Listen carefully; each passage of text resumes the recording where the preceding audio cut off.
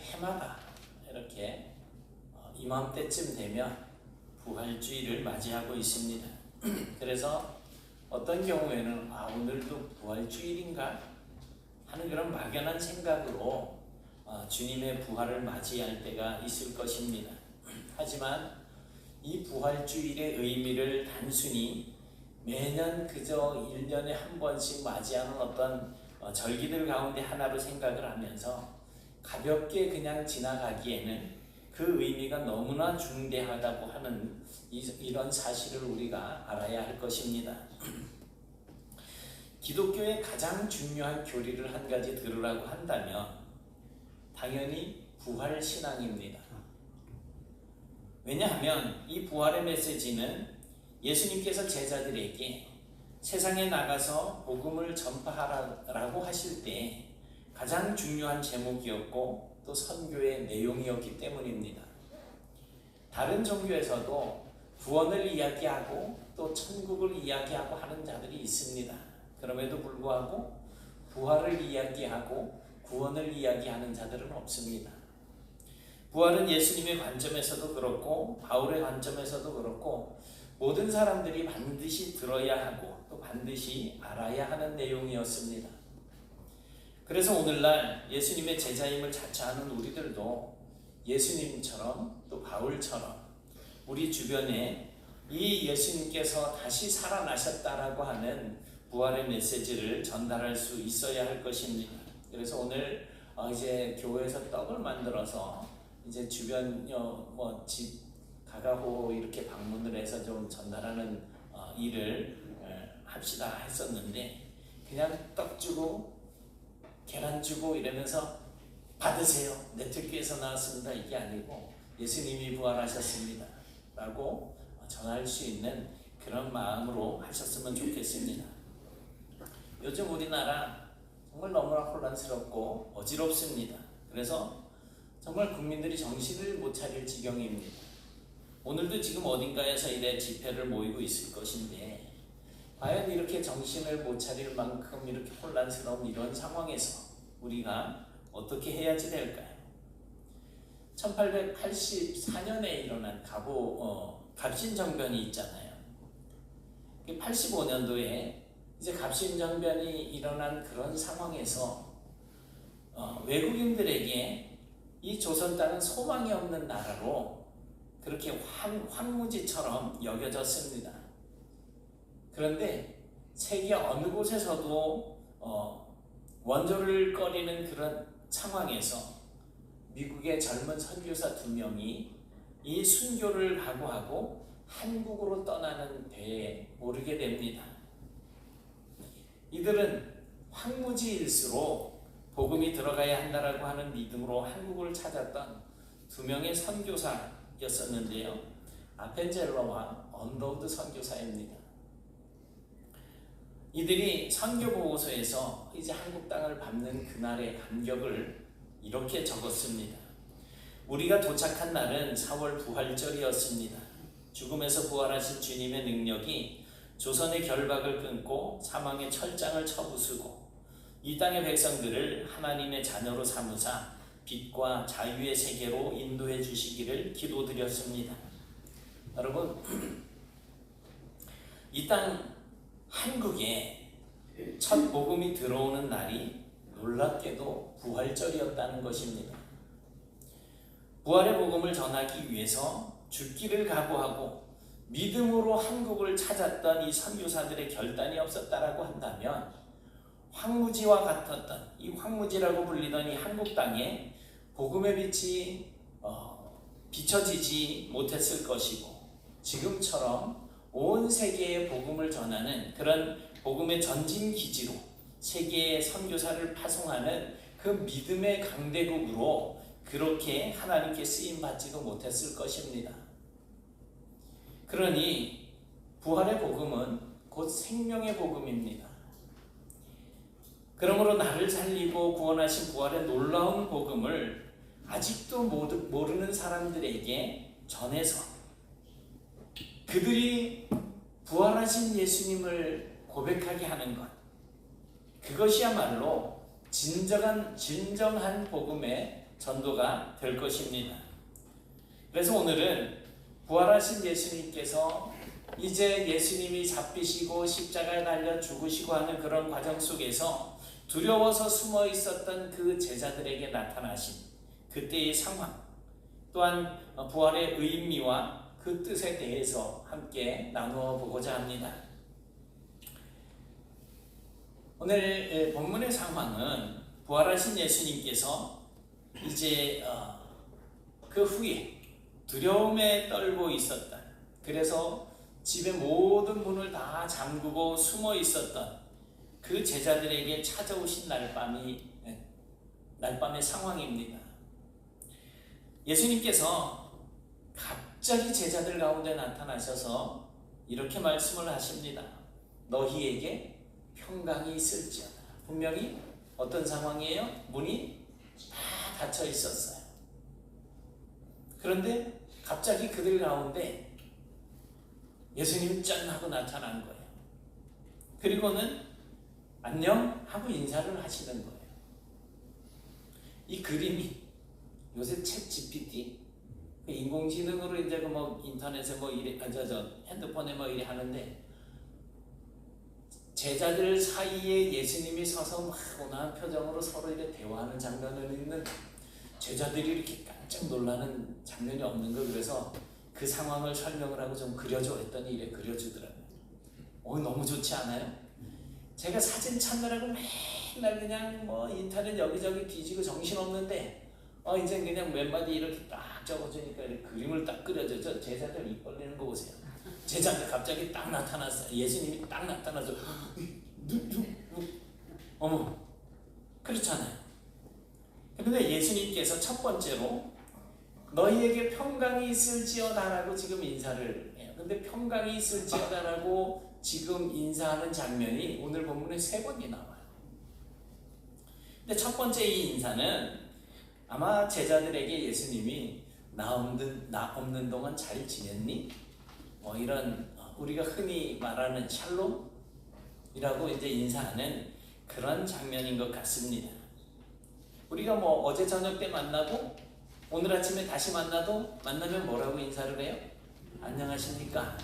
뭐 밤새 평안하셨습니까? 이렇게 인사하시잖아요. 아마 그런 일반적인 인사로 드리는 샬롬이었을 것 같아요. 사실 지금 제자들은 예수님을 십자가에 못 박아 죽여달라고 했던 그 종교 지도자들과 또 그 유대인들이 두려워서 문을 꽁꽁 잠그고 그 안에 모여서 숨어있는 그런 상황이에요. 다들 가슴을 졸이고 있는데 갑자기 예수님께서 짠 하고 나타나셔서 샬롬 하니까 아마 제가 그 자리에 있었다면 하고 막 그냥 뒤로 놀라 자빠졌을 수도 있는 그런 상황이죠. 갑자기 그냥 우리 뭐 딴 데 이래 보고 있다가 누가 뒤에서 같이 이래 보고 있는데 딱 돌아보면 깜짝 놀라잖아요. 그거보다 더 놀랄 상황 아닌가요? 분명히 죽었는데 그분이 내 옆에 내 앞에 이렇게 딱 나타나 계시니까 어떻게 보면 제자들은 이렇게 갑작스럽게 호련히 나타난 이 예수님을 보면서 육체를 가지고 있지 않은 유령, 그냥 막 뭐 시간과 공간 제약 없이 그냥 막 이리저리 돌아다닐 수 있는 그런 유령이라고 생각할 수도 있었을 거예요. 마치 제자들이 풍랑을 만나서 배가 전진을 하지 못하고 괴로워하고 있을 때 예수님께서 물 위로 걸어올 때 제자들이 예수님을 보고 유령인 줄 알아서 두려웠던 그런 장면과 별로 다를 바가 없을 것 같습니다. 그래서 제자들은 그런 예수님께 가까이 다가갈 수 없었을 거예요. 예수님이 손 내밀면 막 이러고 뭐 아마 피했을 거예요. 그들이 그렇게 사랑하고 존경하고 그렇게 따랐던 선생님이었지만 문이 한 군데도 열려진 것이 없고 그래서 문을 열고 들어온 것이 아닌 모든 문들이 닫혀있는 그런 방 안에 갑자기 나타난 존재가 흔히 생각할 수 있는 귀신이 아니라면 어떻게 설명할 수가 있겠습니까? 이에 예수님께서는 그들에게 손과 옆구리를 보여주시면서 이제 두려워하지 말라라고 이렇게 말씀을 하시는 것입니다. 예수님께서는 제자들이 무엇 때문에 두려워하고 있는지 잘 알고 계셨던 것 아니겠습니까? 그래서 손에 난 못자국과 옆구리에 난 창자국을 보여주면서 나야. 그런데 그리고 난 뒤에 또 제자들에게 너희에게 평강이 있을지어다 라고 하십니다. 아마도 이 두 번째 인사의 의미는 제자들이 진정한 평안을 바라는 의미로 그렇게 해석이 되어집니다. 두려워하지 마라. 나다. 무리로 걸어오셨던 예수님이 제자들에게 하신 말씀이잖아요. 사실 예수 그리스도의 평강은 두려움에 떨고 있었던 이 제자들뿐만 아니라 오늘날 피곤하고 지친 인생을 살아가는 그런 우리에게도 필요한 것입니다. 사실 우리는 인생을 살면서 너무나 많은 고민과 두려움에 사로잡혀 있지 않습니까? 모든 일들이 내 생각과 계획처럼 되지 않을 것 같아서 염려하고 근심하고 의심하고 걱정하고, 그래서 하나님께 기도할 때 우리 늘 드리는 기도가 있잖아요. 은혜와 평강을 주시옵소서 라고 기도를 한단 말이에요. 생각해 보세요. 하나님의 말씀을 어기고 죄를 지은 인간이 두려워해야 할 것은 뭘까요? 죄인들이 두려워할 게 뭐예요? 귀신이에요? 예? 형벌. 예? 형벌. 형벌. 그렇죠.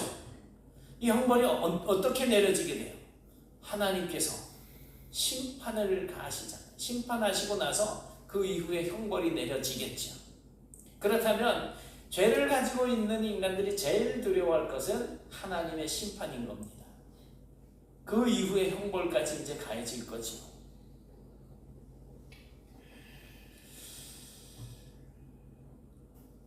그런데 하나님께서는 우리의 죄를 용서하시고 구원하시기 위해서 아들을 내어주셨고, 십자가에서 죽으심으로 우리의 죄를 담당케 해주셨고, 사망의 권세를 이기고 부활하심으로 우리의 산 소망이 되게 해주셨습니다.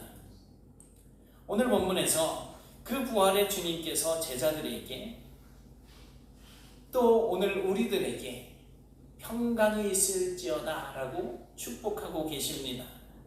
우리에게는 이미 평강의 복이 풍성하게 주어진 거예요. 근데 그 복을 우리가 잊고 사는 거죠. 누리지 못하는 거예요. 그렇게 평강의 복이 우리에게 주어져 있는데도 세상을 두려워하고 또 부활의 복음을 전하지 않는 것은, 바다 가운데서 헤엄을 치는 물고기가 제일 근심하고 염려하는 게 뭘까요? 물고기가 낚시꾼에게 잡히는 걸 염려할까요? 아마 바다가 마를 거라고 우리는 상상할 수가 없잖아요. 그런데 그 바다에서 헤엄치고 다니는 물고기가 이 바닷물이 다 말라버리면 어떡하지? 라고 근심하면서 그냥 염려하는 것과 다를 바가 없는 거예요. 우리는 은혜라고 하는, 또 평강이라고 하는 하나님께서 주시는 그 은혜의 바다, 평강의 바다에 우리가 잠겨서 살고 있는데, 이 은혜가 다 떨어지면 어떡하지? 이 평강이 다 사라지면 어떡하지? 이런 되지도 않는 걱정을 하고 살아가는 거예요. 그러니까 피곤한 거예요. 여러분, 하나님의 은혜와 평강은 절대로 고갈되는 법이 없습니다. 메마르지 않습니다. 저와 여러분도 삶이 피곤하고 힘드실 때 마치 두려움에 떨고 있었던 이 제자들에게 주셨다, 부활하신 주님께서 주셨다, 그 평강이 언제나 함께 누려지시기를 주님의 이름으로 축원합니다. 아멘. 이제 24절에서 28절의 말씀에서 예수님께서 제자들에게 세 번째로 너희에게 평강이 있을지어다 라고 그렇게 기원하시는 장면을 볼 수가 있습니다. 처음 예수님께서 나타나셨을 때 디두모라고 하는 별명을 가지고 있는 도마, 그 도마가 없었습니다. 그리고 예수님이 떠나시고 난 이후에 이 도마가 제자들이 있는 그 집으로 들어오게 됩니다. 그때 거기에 남아있었던 제자들이 도마에게 우리가 예수님을 만났어. 예수님이 여기 오셨었어. 라고 하는 그 예수님의 나심을 전해 들었습니다.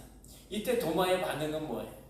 내가 그의 손에 못자국을 보고 내 손가락을 그 못자국에 넣어보며 내 손을 그 옆구리에 천자국에 넣어보지 않고는 믿지 못하겠다. 되지도 않는 소리 하지 마. 죽은 사람이 어떻게 살아나? 라고 하는 말이잖아요.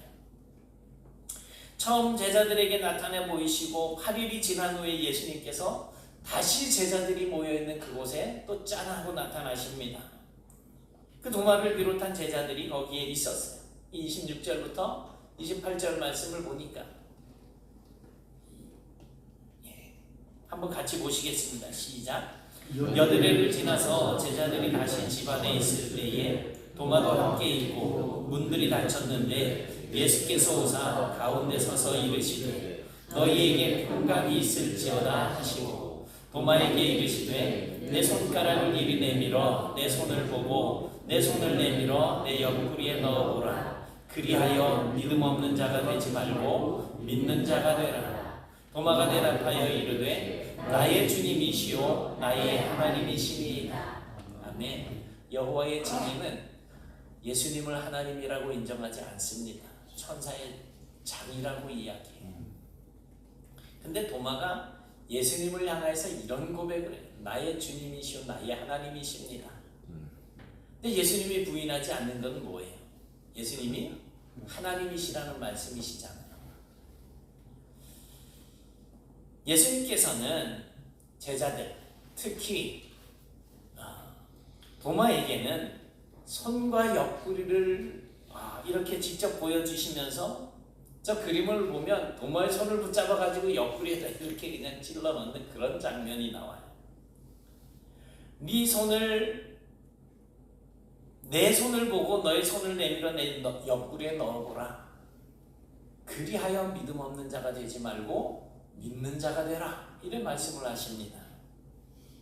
여러분, 예수님께서 제자들에게 손과 옆구리를 직접 보여주시고 만져보라고까지 하신 이 진짜 이유가 뭘까요? 다시 살아나신 예수가 만약에 본인이 육신을 가지고 있는 몸이 아니라고 한다면 손을 내밀고 옆구리를 보여주면서 넣어봐 만져봐 라고 할 수 있겠습니까? 영은 우리 눈에 사실 보이지도 않잖아요. 그런데 어떻게 보이는 그런 형상으로 나타났다고 하더라도 육체가 아니라면, 물질이 아니라면 잡을 수 없는 상황 아니겠습니까?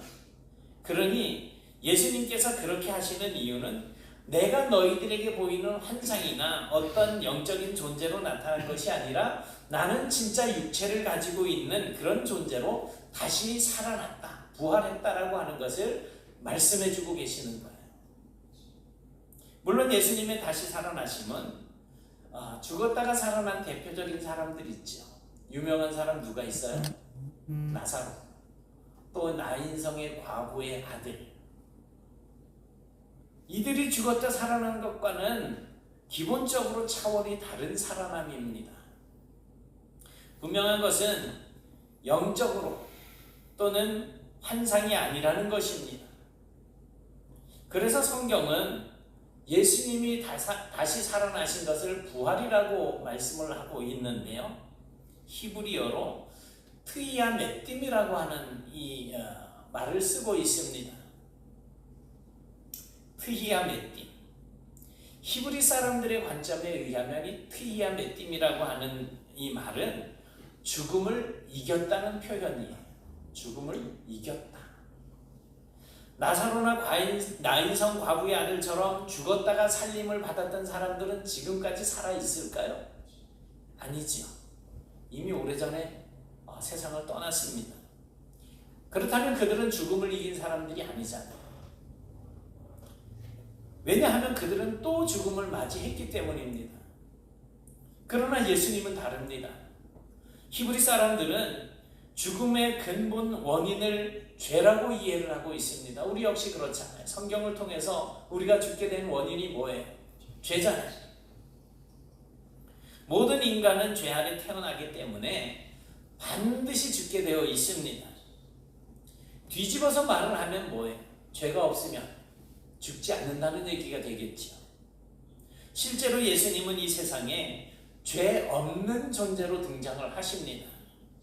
그래서 죽지 않는 존재이셨지만 다른 모든 사람들의 죄를 대신해서 죽으시고 그 사망의 권세를 이기심으로 사망을 주는 죄로부터, 그들의 죄로부터 자기의 백성들을 구원하실 자로 그렇게 서게 되신다는 것입니다. 결국 죄가 없는 예수님이 자신의 생명과 피로 세상 모든 사람들의 그 죄값, 죄에 대한 대가를 치르심으로써 모든 죄인들의 죄의 문제를 해결해 주셨습니다. 그리고 사망을 이기신 예수님은 원래의 죄 없는 처음의 상태로 다시 되돌아가서 이제 예수님께서는 더 이상 사망이 있을 수 없는 그런 상태인 거죠. 그러니 나사로나 나인성의 그 과부의 아들과 같이 죽었다가 잠시 살아난, 또 예수님이 십자가에 달리실 때, 운명하실 때 지진이 나고 무덤이 열렸잖아요. 그 예수님이 부활하실 때 그들이 나와서 가족들에게로 갔어요. 그런데 그 모아하는 사람들이 다 다시 이제 죽음을 맞이하게 되는 거예요. 그러니까 그 자들은 우리는 죽음을 이기는 존재들이 아니고 주 안에서 부활에 동참하는 자들이 됩니다. 근데 이제 우리가 부활을 이루게 되면, 믿음으로 주를 섬기고 부활하게 되면 이제 사망의 권세가 우리를 어찌할 수 없는 그런 상태로 이르게 될 것입니다. 그와 더불어서 세상에 있는 그 누구든지 예수를 믿는 자는 죄 사함의 은혜를 누릴 수가 있습니다. 만약 예수께서 죽으셨다가 부활하지 못하셨다거나 또는 실제적인 부활의 증거인 육체가 아니라 그냥 우리의 눈에 환상적으로 보이는 유령이라고 불리는 어떤 영적인 상태로 제자들에게 나타났다면 제자들은 예수의 부활하심에 대해서 그렇게 자기들의 목숨을 걸고 전파하지 못했을 것입니다. 그러나 제자들이 자기가 죽임을 당할 수 있는 그런 상황에서도 예수님이 부활하셨고 그로 말미암아서 모든 사람들이 죄 사함을 받을 수 있는 그 구원의 길이 열렸다라고 온 힘을 다해서 전파할 수 있었던 것은 예수님의 부활이 눈으로 볼 수 있고 손으로 만질 수 있는 사실이었기 때문이라는 것입니다. 무덤은 비었어요. 그 빈 무덤에 사라진 예수님이 자기들 앞에 지금 나타났는데 만져진다는 거예요. 혹시 우리는 이거는 이제 최악의, 목사의 입에서 나오는 최악의 표현이에요. 여러분들이 만약에 목사에 의해서 세뇌를 당해서 우리는 예수의 부활 이런 거를 믿는다고 친다고 하더라도, 그래서 지금 우리는 그 당시를 보지 못했으니까 나는 예수의 부활을 전하기 위해서 죽음도 불사할 수 있어 이렇게 할 수 있을지 모르지만, 예수님 당시에 예수님의 그 부활함을 봤던 그 제자들은 만약에 예수님께서 부활하지도 않으셨는데 그들이 목숨을 걸고 예수님이 부활했다라고 전할 이유가 있었을까요? 여러분, 예수님의 부활은 이미 예수님 자신이 제자들에게 손과 옆구리를 보여주시면서 증명했던 것이었습니다. 그리고 제자들은 그것을 실제로 보면서 영생의 의미를 알게 된 거예요. 죽음 이후에 부활이 이루어지게 되는 그때 우리의 육신이 예수님과 같이 부활을 이루어서 영원한 나라에서 생명을 누리면서 살게 되는 것, 그게 영생인 거예요. 하나님과 함께 있는 것, 그게 영생인 거예요. 예수 그리스도를 믿는 것, 그게 영생인 거예요.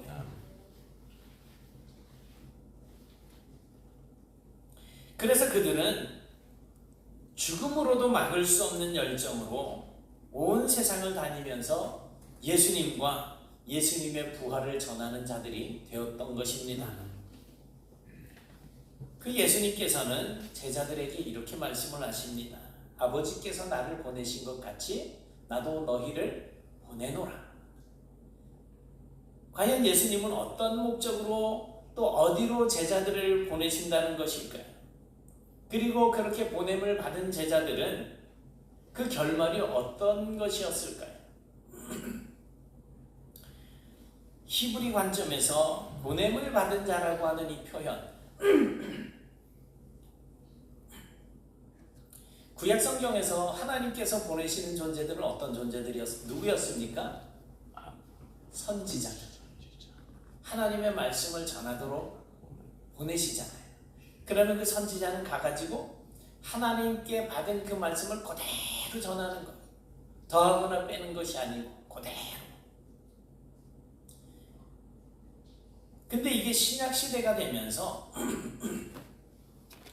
이제 사도를 의미하는 단어로 바뀌게 됩니다. 그래서 이 사도라고 하는 단어는 보냄을 받았다라고 하는 의미인데 아포스톨로스라고 하는 단어를 쓰고 있어요. 아포스톨로스. 한 사람을 이야기할 때는 아포스톨로스고 2명 이상일 때는 아포스톨로이. 복수로 이제 꼬랑지가 붙어가지고 사도들 할 때는 아포스톨로이가 되는 거예요. 사도 또는 보냄을 받은 자.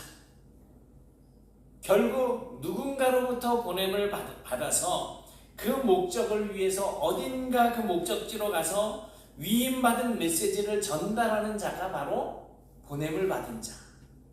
성경에서 말하고 있는 제자들, 사도들인 거예요.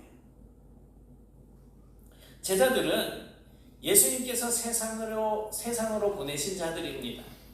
이에 제자들은 예수님의 부활을 전해야만 했는데 예수를 믿으면 구원과 영생을 얻을 수 있다는 것이 그 메시지의 중심 내용인 것입니다.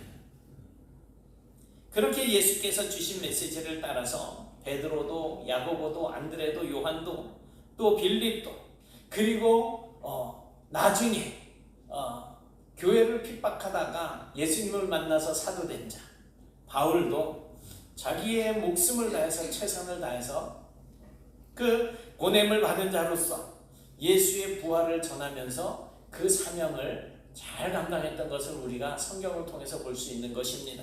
여러분, 오늘은 십자가에 달려서 죽으셨던 그 예수께서 다시 살아나심을 기념하는 부활주일입니다. 그런데 우리는 단순히 예수의 부활을 축하해야 하는 것이 아니라 예수의 부활이 나와 어떤 상관이 있고 또 예수께서 나에게 부탁하시는 것이 무엇인지 다시 한번 생각하시길 바랍니다.